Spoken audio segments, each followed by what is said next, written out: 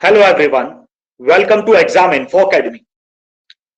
इस वीडियो के माध्यम से हम आपके साथ जुड़ने का प्रयास करेंगे।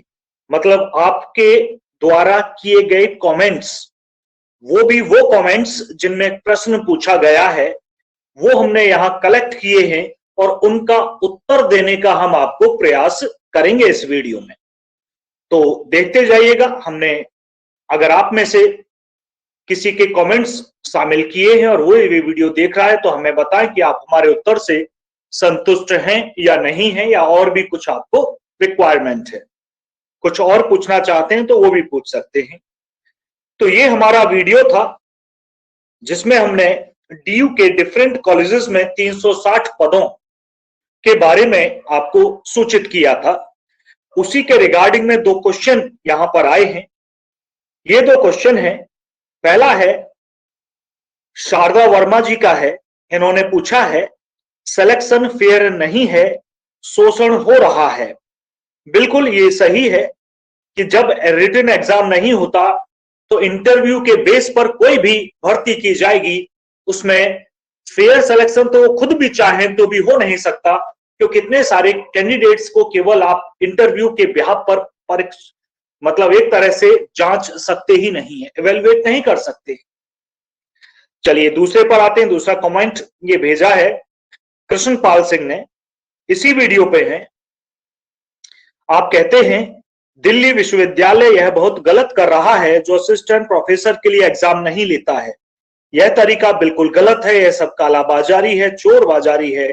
जो लोग नहीं चाहिए, दिल्ली सहित पूरे देश के लोगों के लिए इसके लिए आंदोलन चलाना चाहिए। दिल्ली के मुख्यमंत्री अरविंद केजरीवाल जी हैं, स्कूलों की शिक्षा की बात करते हैं, उन्हें भर्ती का यह तरीका भी बदलना चाहिए। बिल्कुल बात तो सही की है कृष्णपाल सिंह जी ने। ये जो यूनिवर्सिटी के कॉलेजेस हैं ये केंद्र सरकार के अधीन है, केंद्र सरकार को कदम उठाना होगा। तो अगर रिटन एग्जाम कर दे तो सभी को बराबर मौका मिले केंद्र में, और केंद्र के लिए तो सब बराबर भी है, तो बराबर मौका मिलना चाहिए, एग्जाम होना चाहिए, और एग्जाम के बाद जो शॉर्ट लिस्ट हो उनका इंटरव्यू वो भी बहुत कम मार्क्स का होना चाहिए, ताकि सिलेक्शन पे ट्रांसपेरेंसी बनी रहे और इंटरव्यू के मार्क्स का ज्यादा प्रभाव ना पड़े, जैसे कि यूपीएचईएससी में होता है। हम इस बात से बड़े संतुष्ट हैं कि यूपीएचईएससी का सिलेक्शन जो प्रोसीजर है वो बड़ा अच्छा है, लेकिन उसमें कुछ ऐसी वो बने हुए हैं, कुछ ऐसे कर्मचारी बैठे हैं जो पेपर को आउट कर देते हैं, बस वो गलत है। बाकी बहुत अच्छा, मतलब ऑन पेपर की बात करें तो पहले रिटन एग्जाम और फिर इंटरव्यू बड़ा अच्छा तरीका है सिलेक्शन का, हमें उसमें कोई कमी नजर नहीं आती। वैसा ही सभी जगह होना चाहिए। चलिए आगे बढ़ते हैं, दूसरे कमेंट्स की तरफ चलते हैं। आगे है, ये वो पूछा गया था, विभिन्न विषयों में चयनित 31 असिस्टेंट प्रोफेसर का चयन निरस्त थी। वीडियो हमने बनाई थी, ये राजकीय महाविद्यालयों से जुड़ी थी। 31 असिस्टेंट प्रोफेसर ने ज्वाइन ही नहीं किया था, तो उसके लिए हमने वीडियो बनाई थी। एक कमेंट इस पर आया था, यह है रत्नेश कुमार मौर्य जी का।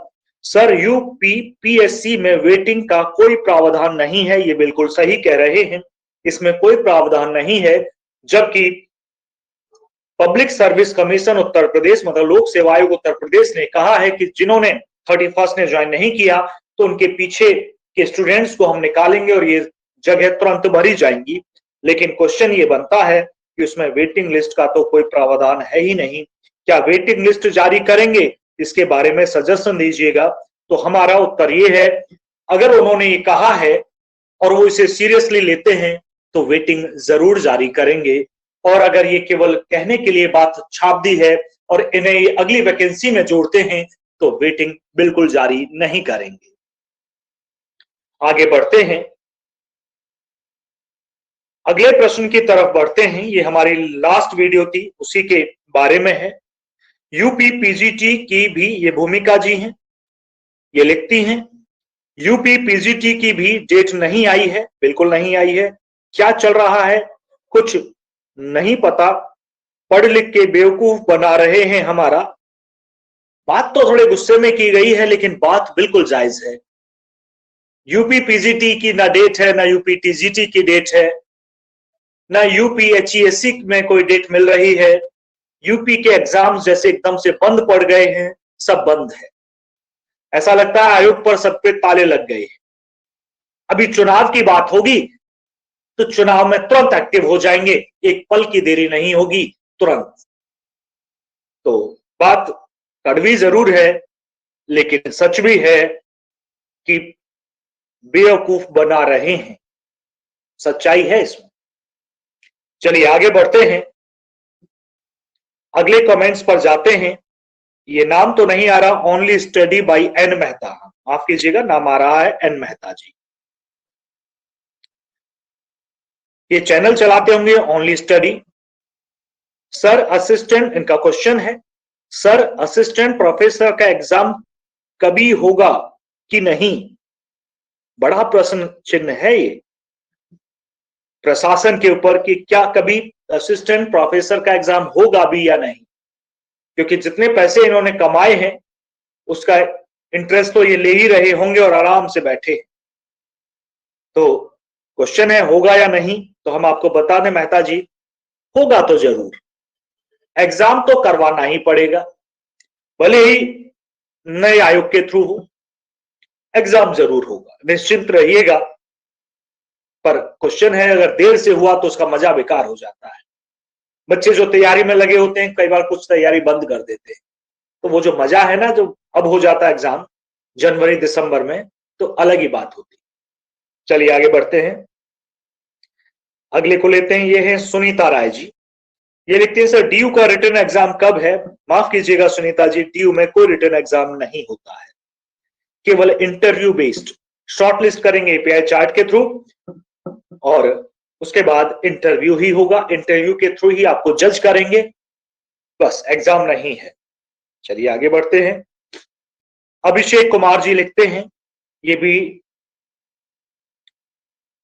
सर नया आयोग के थ्रू एग्जाम बेसिस पर ही सिलेक्शन होगा ना, या एपीआई स्कोर के थ्रू? तो मैं क्लियर कर दूं अभिषेक कुमार जी, सिलेक्शन आपका चयन नया आयोग करे या पुराना यूपीएससी ही करे, वो एग्जाम के थ्रू ही होगा, क्योंकि पैटर्न पहले बताया जा चुका है, पैटर्न नहीं बदलेगा, एग्जाम ही होगा। निश्चिंत रहें अभिषेक कुमार जी, एग्जाम के बिना नहीं होगा, एपीआई चार्ट के थ्रू नहीं होगा, एग्जाम रिटन एग्जाम। आगे बढ़ते हैं, ये अनुज कुमार जी लिखते हैं, ये सरकार शिक्षा क्षेत्र के लिए बिल्कुल बेकार है। अनुज कुमार जी का ये किया गया कमेंट हमें सही प्रतीत होता है कि शिक्षा क्षेत्र में एप्रोप्रिएट ढंग से काम नहीं हुआ है। अगर हम ओवरऑल क्षेत्र की बात करें, हम कभी भी किसी नेता, किसी सीएम, किसी पीएम पर सवाल नहीं खड़े करते हैं, किसी आदमी से हम सवाल कर ही नहीं सकते हैं, हम उनकी नीतियों पर सवाल करते हैं। तो शिक्षा क्षेत्र के मामले में कि यूपी बोर्ड में आप बिल्कुल की नकल विहीन परीक्षा हुई है, इतना टाइट सेंटर हम चला रहे हैं, रोज न्यूज़पेपर में आ जाता है, वीडियोग्राफी कर रहे हैं जी, वीडियो बना रहे हैं कॉपी चेक करते हुए का, वो सब सही है।